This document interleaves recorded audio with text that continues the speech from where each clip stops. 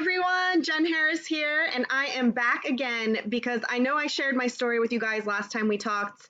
If you missed it, then I will just fill you in real quick. I am Jen Harris. I am a single boy mama of two, and I am thriving after divorce. I went through a very toxic relationship and marriage and a very, very, very hard divorce where I ended up nearly taking my own life. Thank God that did not happen. And I have completely found a way to survive, but not just survive, thrive beyond divorce, separation, really tough breakup, something that completely just breaks you down.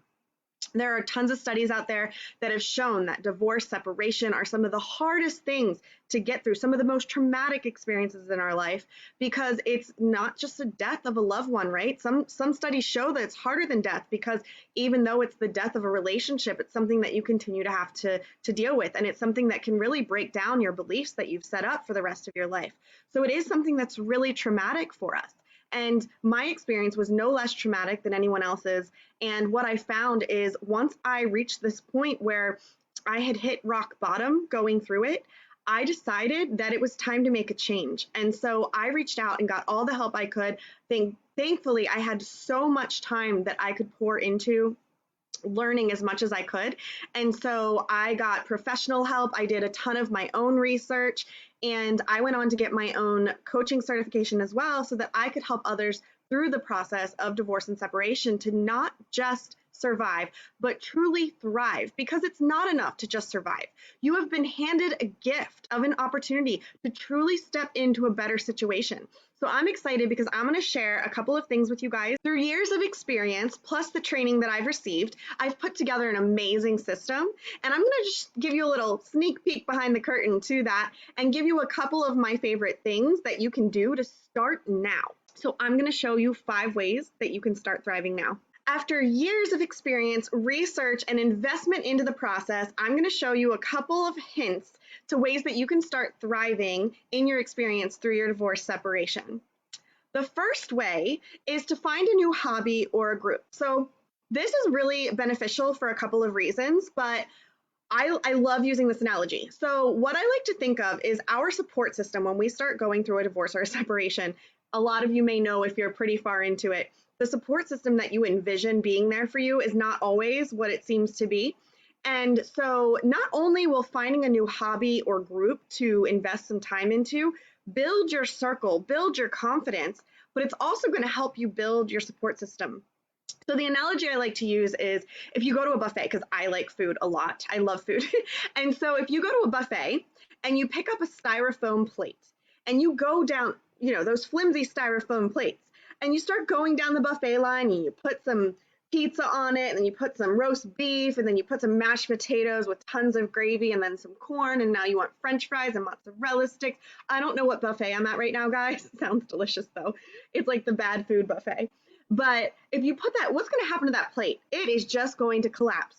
And when we are going through divorce separation, it is one of the most traumatic things you can go through. And so it is very, very easy to overwhelm and exhaust our support system, just like those styrofoam plates. However, if you want all that food and you go up and you put a little bit on one plate and go back, and then go up and put a little bit more on another plate and go back, and go up and put a little bit more on a third plate, none of those plates are going to break. They're all going to be there to support your food, aka you, and you're going to be able to enjoy all the food, aka rebuild, regrow, get through your situation with a great support system.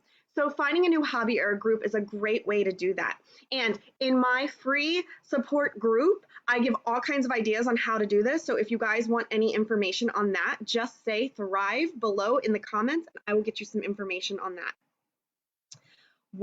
Another way that I love to share with people on how to start thriving through their divorce or separation is reconnecting. Now, this could be reconnecting with anything that brings you joy. I want you to think about things, because when you're in a marriage or a really serious relationship, a lot of times we get consumed with those. So think about things like friends, family, coworkers, hobbies that used to bring you joy that maybe you lost touch with, that you can reconnect with. Another thing that you can do is rediscover. I love to rediscover myself through journaling. So a great example of a way to rediscover is to journal. And what you could do is you could go, and I have tons of free prompts for you guys for journaling. So again, say thrive below if you want those free prompts, and I will get you hooked up. I have an entire guide on all kinds of tips and tricks for each of these ways that you can start thriving. But even if you journal once a week, what you're doing is you're reconnecting to your thought process in a positive way, because it's very easy as you're going through divorce, separation, or something that's completely traumatic or breaking you down in your confidence, your fears at a heightened level. It's really easy to think negatively. And so it's great to journal and really start connecting with yourself again. Because it's also possible that in your relationship, you may have lost touch with yourself and your desires and your dreams and what you want. And you get the opportunity now to use this time to reconnect, rediscover those things, and start working on them again and rebuild your life and grow. It's an amazing opportunity that you're looking at right now. Speaking of that, another way to start thriving is by setting those new goals. Setting new goals is going to help you rebuild your confidence.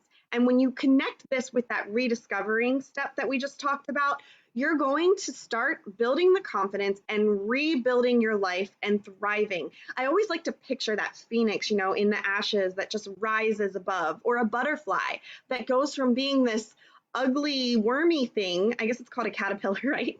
Guys, listen, I never said that I'm not a little bit blonde, but a caterpillar that just wraps up and this whole metamorphosis happens and they come out as this beautiful, beautiful butterfly.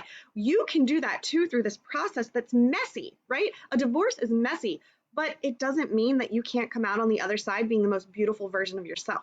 So by starting to set new goals for yourself, you're going to be able to do that. And what I want you to do with those goals is start taking little tiny baby steps towards them. If you set a new goal, and I'm just using an example of one of mine that I set during my divorce process, was to run a half marathon. I'd never run a race in my life. And, I was like, oh gosh, run a half marathon. It seemed really overwhelming. But when I started setting baby steps, just sign up, go for a 1 mile run. All right, let's take another baby step forward. You end up reaching your destination, and it's going to feel amazing. A fifth way that you can start thriving now, you can do all of these things now, and that's the great thing, is through gratitude and affirmations. I love practicing gratitude in my day-to-day routine, and I also love practicing affirmations. Affirmations are things that you can say that you want to exist in the future, and you can say them like they're happening right now. So starting with gratitude, what I do to implement that into my life is every single night before I go to bed, so you don't have to be as crazy as me, I write it down, but you don't have to write it down. You can just lay there before you fall asleep and say, what is the thing I was most grateful for today? And it could be anything from I was grateful for my coffee today to I'm grateful for my health to I'm grateful to be alive. It can be small or big.